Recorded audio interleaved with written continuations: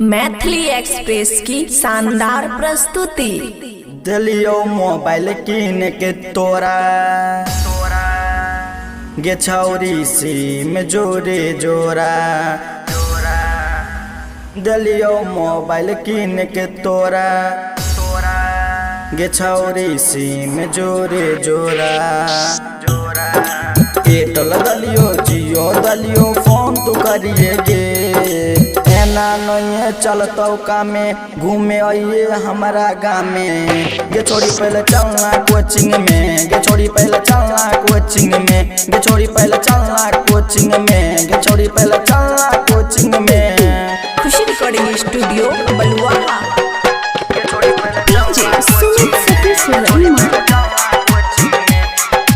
एते दिन से छियो छौरी पीछा तोहर लागल, देबो तोरा लांगा हमें प्यार में छियो पागल।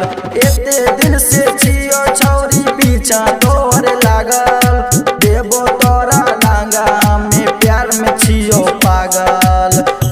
लइबो होट के लाली कान के बाली देबो मांगा गे। एना नहीं चलतो कामे घूमे आइए हमरा गाँव में।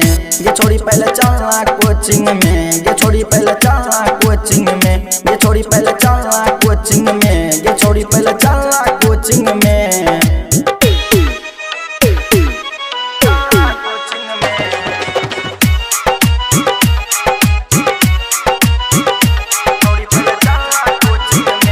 खुशी रिकॉर्डिंग स्टूडियो बलुआहा।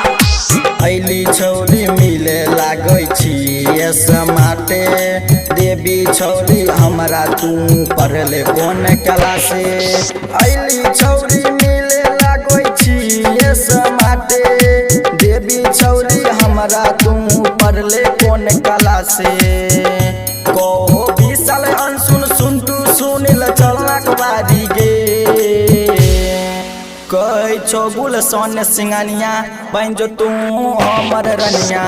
ये छोड़ी पहले चलना कोचिंग में, ये छोड़ी पहले चलना कोचिंग में, ये छोड़ी पहले चलना कोचिंग में, ये छोड़ी पहले चलना कोचिंग में। खुशी रिकॉर्डिंग स्टूडियो बलुआहा।